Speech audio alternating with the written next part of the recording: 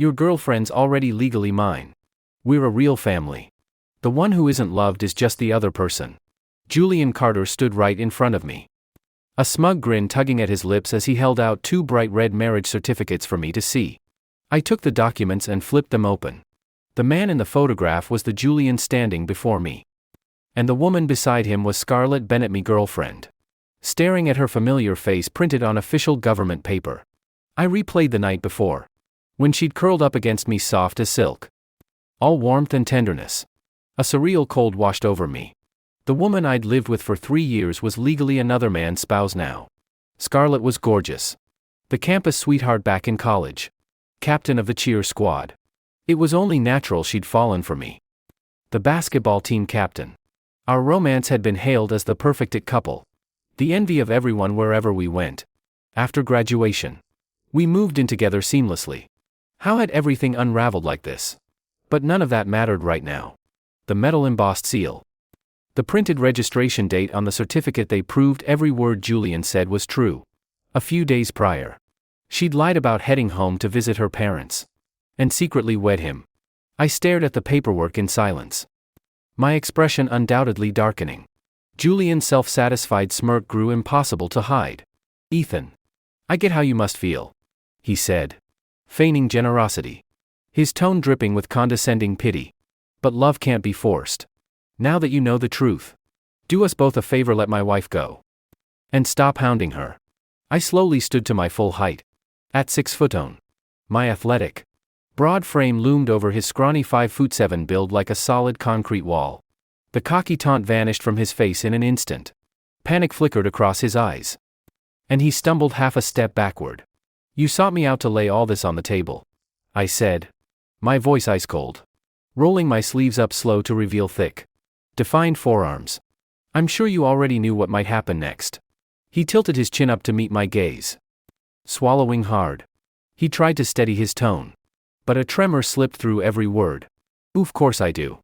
I'll let you hit me once to get your anger out, for looking after my wife all these years.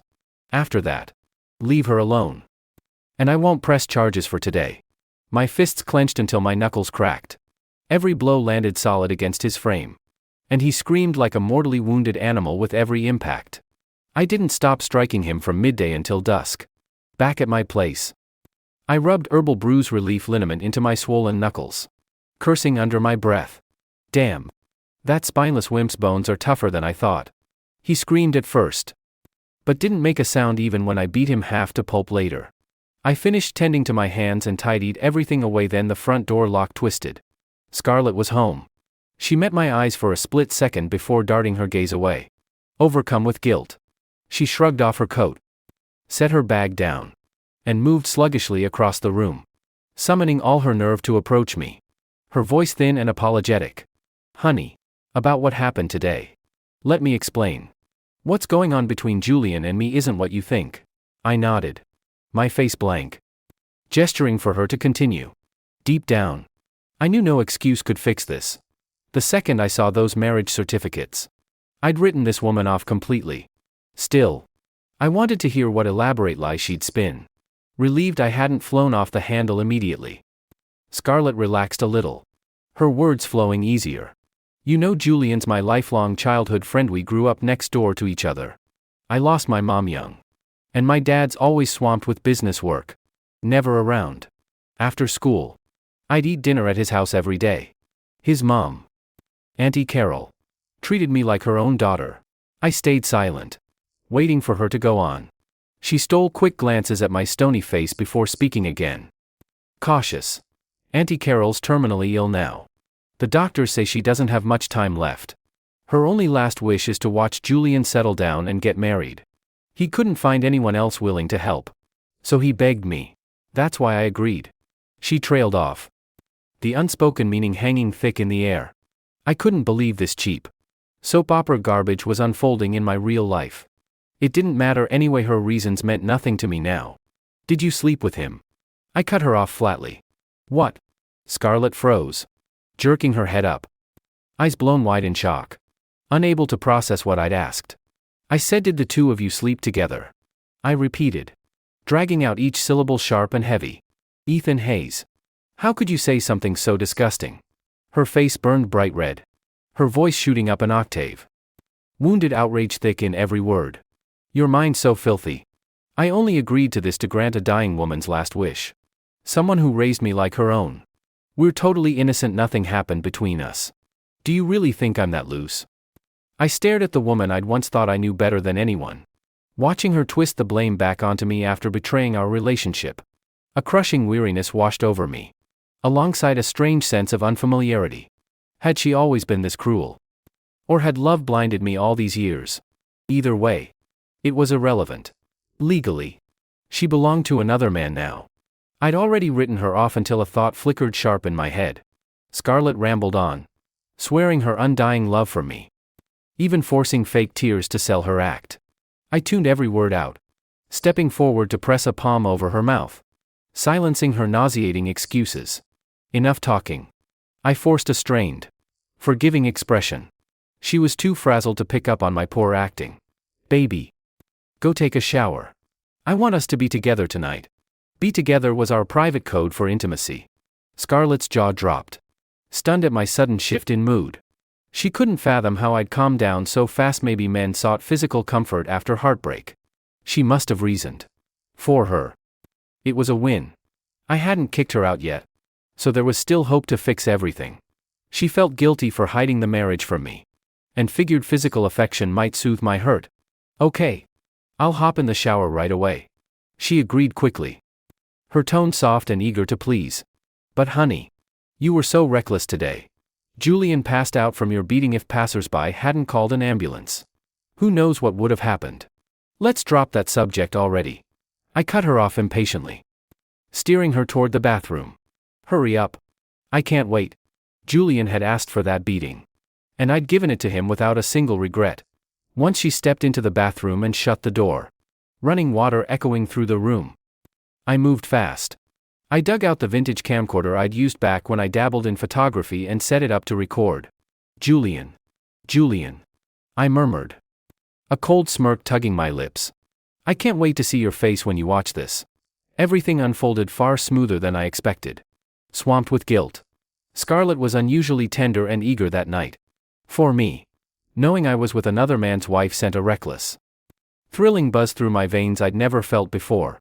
I'd exhausted all my energy and slept straight through until 11 the next morning. The spot beside me was empty. Scarlett had left for work already. A scrap of paper sat on the dining table. Honey. I headed to the office. Breakfast's in the kitchen, heated up before you eat. Love. Scarlett. I crumpled the note into a ball and tossed it cleanly into the trash can. Love. Don't bother. She's nothing but a casual bed partner now. 3 years of my life wasted on someone who doesn't deserve a shred of my care. After breakfast, I retrieved the camcorder and edited the crystal clear audio and footage into a short clip. I pulled out my phone. Pulled up Julian Carter's WhatsApp contact. Sent the video. And followed it with a string of text messages. Your wife's insatiable, me back still aching from last night. I attached a widely shared cuckold roast meme to drive the point home. I tossed my phone onto the bed afterward. Worn thin from yesterday's physical and emotional toll. And curled up under the covers to sleep more. Julian's face was still covered in dark, unhealed bruises. Thick concealer barely hid the raw damage from his beating. He'd taken the day off to recover. But an important client demanded a meeting with him. And his boss had called. Refusing to accept any excuses. He dragged his battered self into the office regardless. The private dining bistro booth hummed with polite conversation.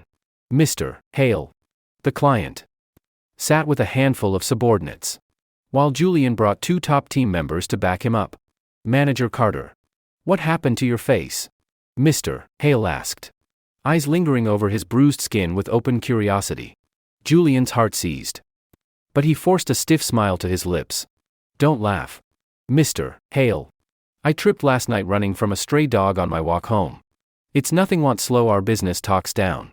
He brushed the injury off lightly, mentally cursing Ethan's entire bloodline.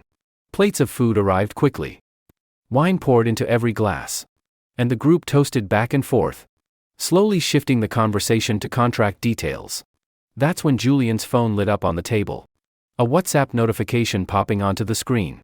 He'd planned to ignore it. But his peripheral vision caught the sender's name, Ethan Hayes. What would Ethan send me now? Nothing good. That's for certain. A cold premonition twisted in his chest. His heartbeat skipping wildly. He hesitated. Then snuck a glance at the phone while Mr. Hale spoke. Tapping the notification open. A video file loaded first. He hit play without thinking. The second Scarlett's breathy, sultry voice blared out of the phone's speakers. Honey. Go easy on me. MMM. Stop teasing. Every person in the booth froze dead silent. All eyes snapping straight to Julian and his phone. Julian's face drained bone white. He fumbled wildly to mute the volume.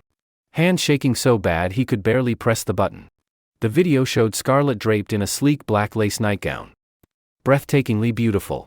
A pair of hands roamed smooth skin across her back. Before the camera tilted and she was pushed back onto the bed, the clip cut off right before the explicit footage, leaving only the torturous, rage-inducing lead-up. Ethan had only let him see enough to fuel searing jealousy and humiliation, holding the rest of the footage hostage. A suffocating, awkward silence blanketed the room. Mr. Hale's expression darkened sharply. His subordinates stared at their shoes. Stifling desperate laughter. Julian's two team members hunched their shoulders, wishing they could vanish into the floorboards. The text messages beneath the video stung far worse. Alongside that brutal roast me mocking men cheated on by their spouses. Every word stabbed him like a poison-tipped blade. The image a brutal insult to every ounce of his masculine pride. He and Scarlett truly had been lifelong childhood friends. Their houses sat directly across from one another growing up. And adults always joked they'd end up together. As kids, they'd been too familiar to feel romantic sparks. Though, they split for separate high schools. Then different universities. Only crossing paths briefly during holiday visits home. After graduation, Scarlett moved back to the city to run her father's company. And Julian landed his corporate role through his family's connections. They reconnected on a trip home. And the girl who'd once trailed behind him had bloomed into a stunning, confident woman. He'd fallen hard instantly, reaching out to her constantly after that. He'd thought their relationship would unfold naturally until he spotted Scarlett walking arm in arm with a tall, handsome man on a date, grinning as she introduced him. Julian.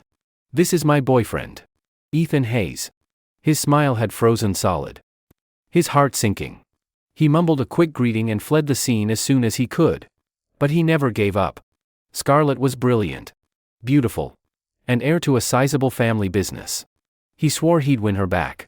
People dated, even married, and split all the time.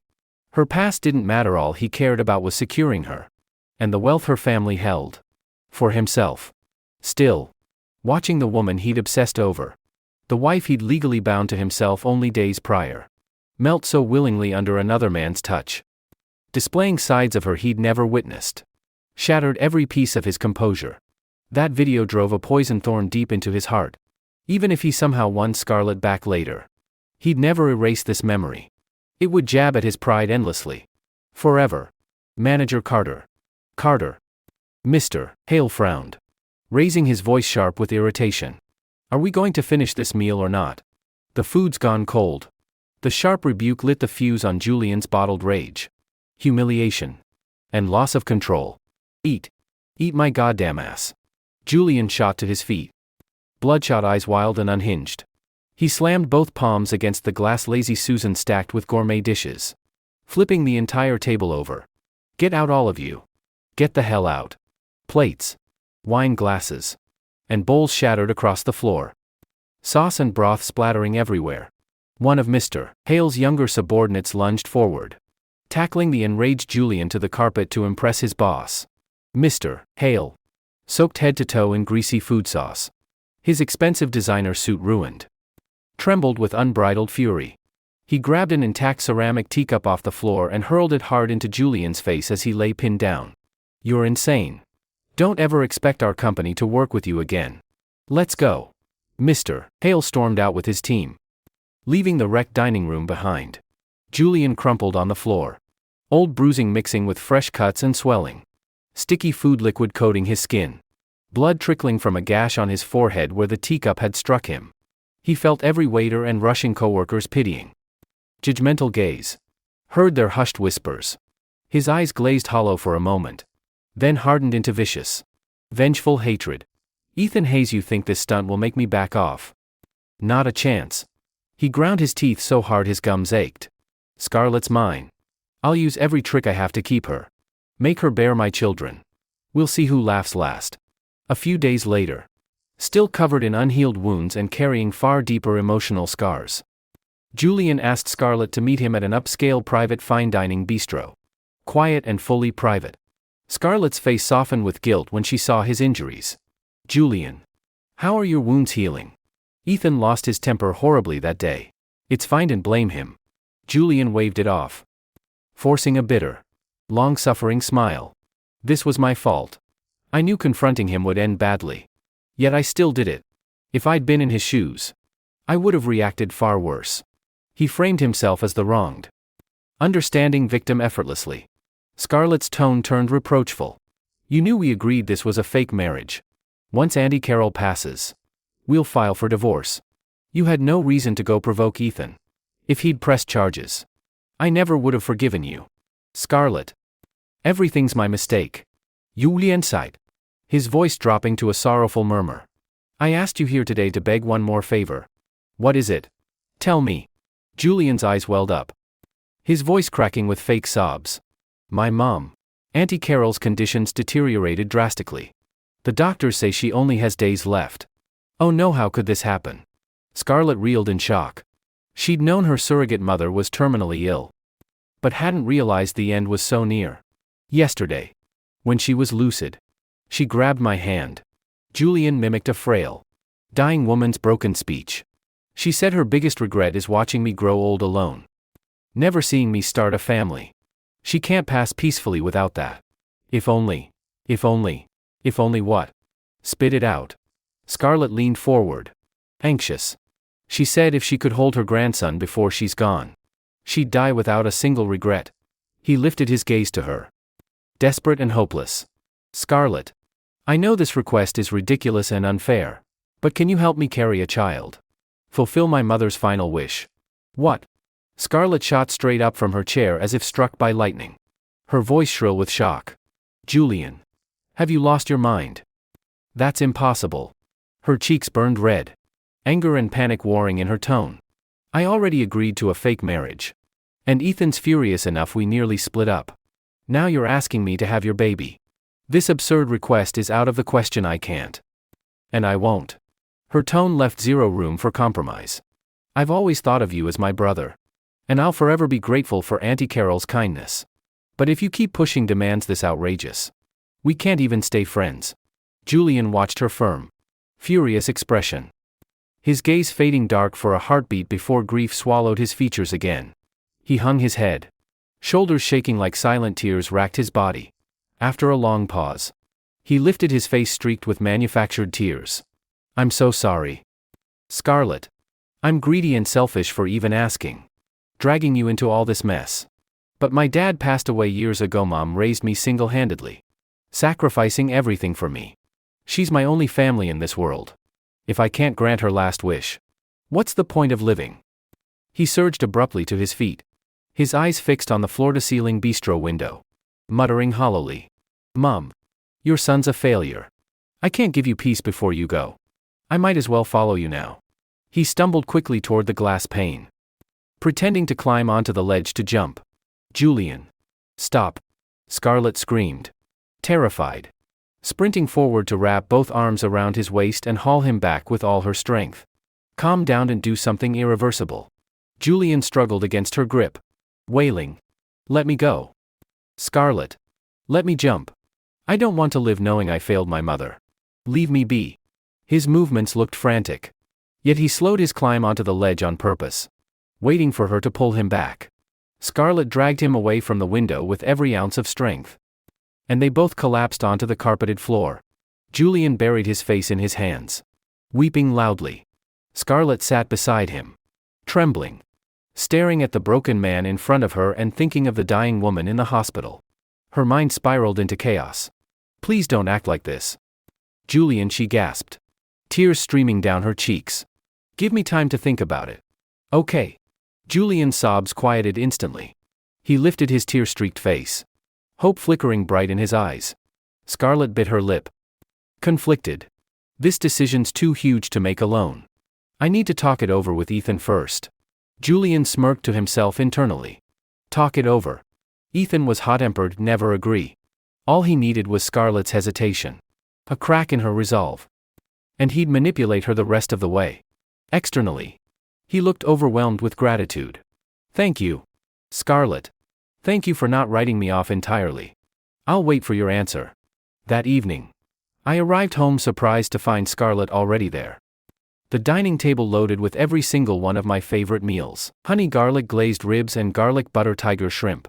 The second I stepped through the door, she rushed over. A sickly eager smile plastered across her face.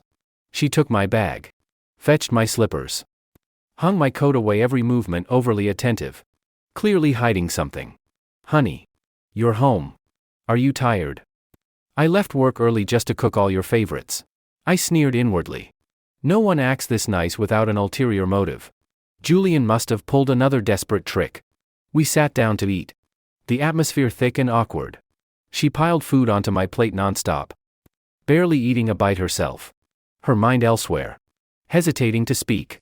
Halfway through dinner, she set her chopsticks down, took a deep breath, and summoned all her courage. Honey, there's something I need to talk to you about, she whispered, voice small and guilty. Go on. I'm listening. I picked up a rib. Tone flat. She twisted her rice around her bowl, stammering through the story of Julian's suicide threats, his terminally ill mother's wish to hold a grandson, and his insane request to carry his child. She emphasized her helplessness. Auntie Carol's past kindness.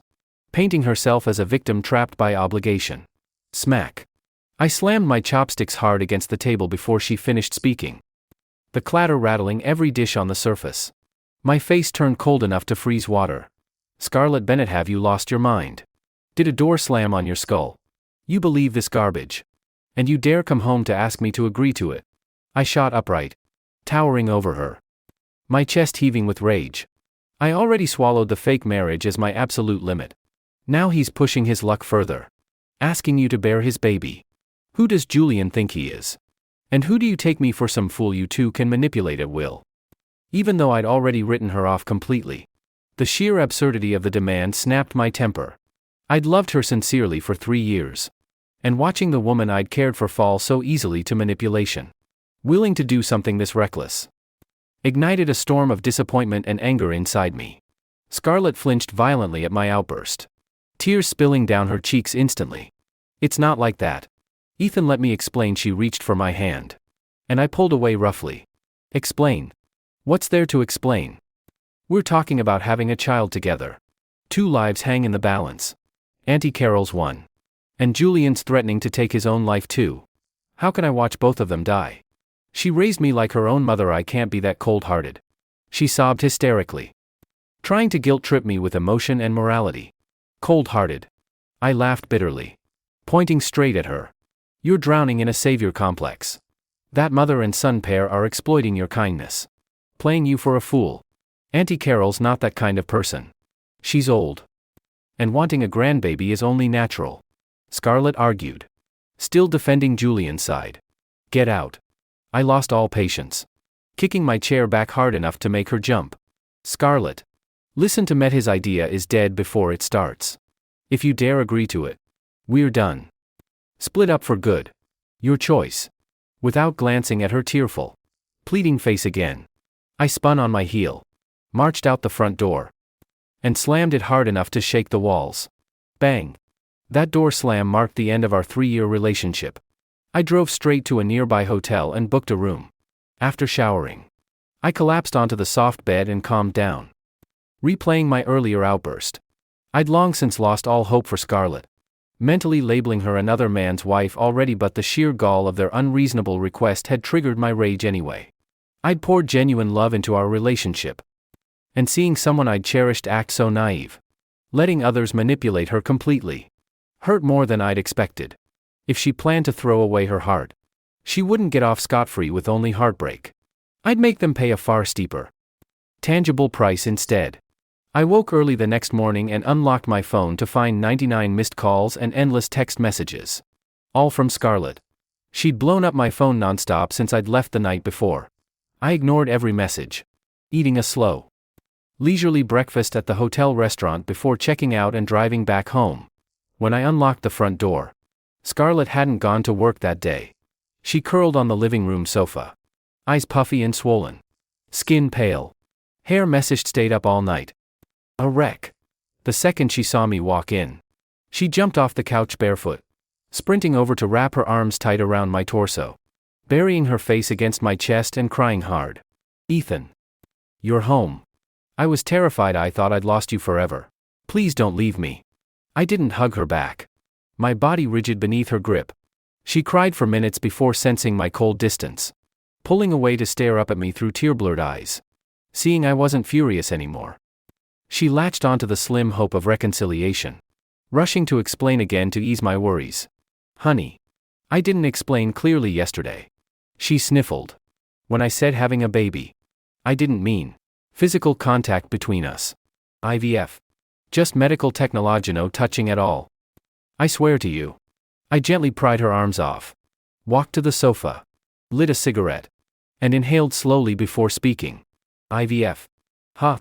Who gets legal custody of the child after birth? How will they raise it?" Relieved I was willing to talk, Scarlett hurried to sit beside me, eager to reassure me. "Julian said he'll take full custody, and they'll never disrupt our life together. Once this ordeal's over, we'll file for divorce. And he promises he'll vanish from our lives completely." "You think it's that simple?" I exhaled a cloud of smoke, scoffing. "Even with IVF, you'll always be the child's legal mother. When they grow up, they could track you down, demand a share of your fortune. What about your company stocks? Houses? Savings? Will you split them with that kid too?"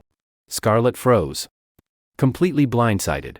She'd only been wrapped up in guilt and moral pressure, never stopping to consider long-term financial consequences. A thought suddenly brightened her expression. "I can sign a premarital asset separation agreement, just like we did for the fake marriage. I'll transfer every single asset I own under your name, then none of it belongs to me or the baby. So Julian can't claim a cent." The more she spoke, the more convinced she grew this plan fixed every problem, saving both our relationship and the dying woman's wish. "You're certain about this?" I stubbed my cigarette out, meeting her gaze. "This is your entire life's fortune we're talking about." "I'm positive." She nodded fiercely. "All I want is to fix things between us. To stay with you. I'll give you everything if it means you won't walk away." Her eyes begged desperately for forgiveness. I sighed, brushing a strand of hair from her face, softening my tone. "All right. If you're that set on it, I'll trust you one last time. But we need to finish the asset transfer paperwork immediately.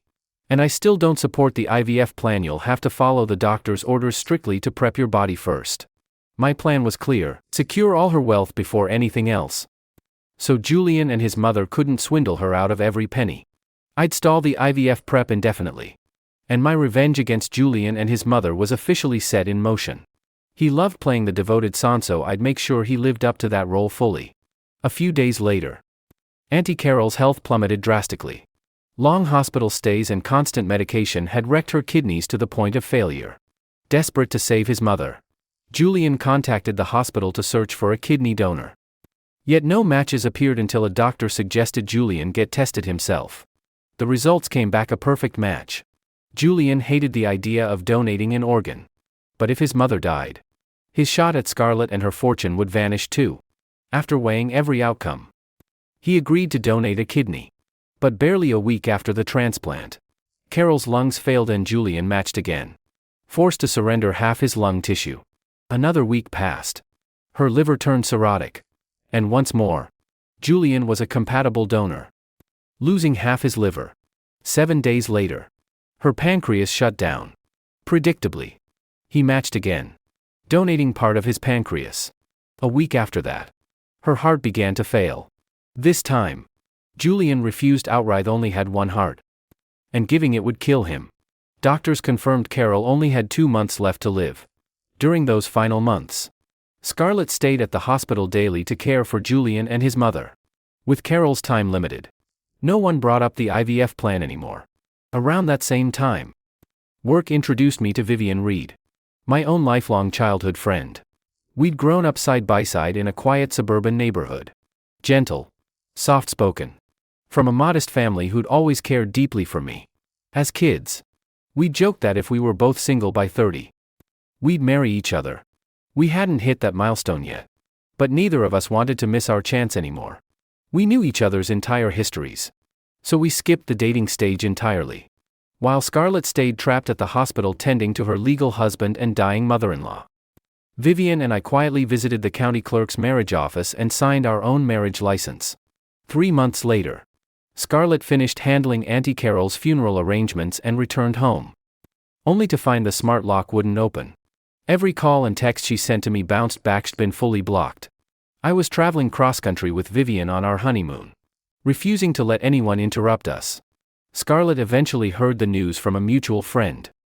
And she sprinted to confront us the second we returned to town. She stared at Vivian like she was her mortal enemy. "Ethan, tell me this isn't true, you married Vivian." Her face drained pale. Voice shrill. Her whole body trembling violently. I stepped in front of Vivian, shielding her from Scarlett's outburst, which only made Scarlett's expression twist uglier. "It's true. We're legally married. Just like you and Julian were." "Why?" Scarlett screamed, tears pouring down her face. "Only because I married Julian." "You knew the reason. It was only to grant Auntie Carol's last wish. Why couldn't you understand? My parents and Vivian's parents have always wanted us together. I'm just fulfilling their wish to be your logic. You should understand perfectly." My words left Scarlett frozen, mouth open with no retort to fire back. Still, she refused to take responsibility for her own choices. After a stunned pause, she shook her head, sobbing. "It's different for us. Our marriage was fake. Once Julian recovers from surgery, we'll file for divorce. Then you and I can get back together. Think of our 3 years together." "Ethan, what makes you think my husband would leave me for a woman who's already legally married to someone else?" Vivian stepped forward, standing before me. She stared at Scarlett's disheveled, unhinged state with unmasked contempt, unflinching when Scarlett glared back. "You treat marriage and childbearing like trivial games just to satisfy other people's wishes. How can you claim to value genuine love?" But Scarlett was far too unraveled to listen to reason. She cut off her crying, screaming accusations, and lunged for Vivian. "This is all your fault. If you hadn't come along, Ethan never would have left me. I'll fight you." I stepped between them instantly, pushing Scarlett back to stop the attack. "Enough of this nonsense. You walked away first. Remember, we're both legally married to other people now.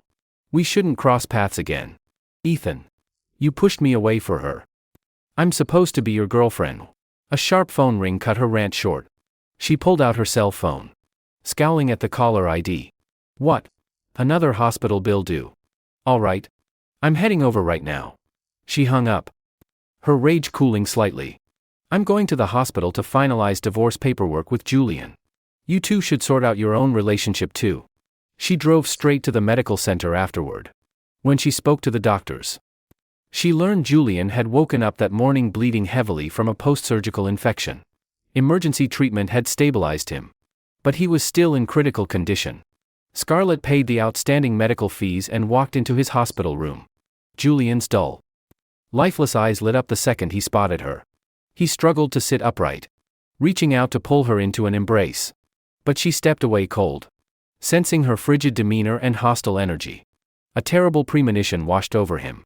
He pressed his lips together, feigning hurt vulnerability. "Scarlett, I almost died this morning. Barely escaped the grave. But the doctors said my fertility's unharmed. We can still. I came here to file for divorce." Scarlett cut him off before he could launch another emotional manipulation. "What? Cough what?" Julian reeled as if struck, his already sickly complexion turning ash white. He stared at her in disbelief. "You're leaving me when I'm this weak. My mother's last wish still hasn't been fulfilled. You promised me you'd help. In the past." Every mention of his mother softened Scarlett's heart. But this time, no flicker of sympathy crossed her face. "Julian, I've sacrificed my entire life for you and Auntie Carol. I won't ruin myself further. Get the paperwork ready. And I'll meet you at the courthouse to sign it." She left before he could beg her to stay. Julian watched her retreating back, tears burning his eyes but refusing to fall. He'd lost his only family.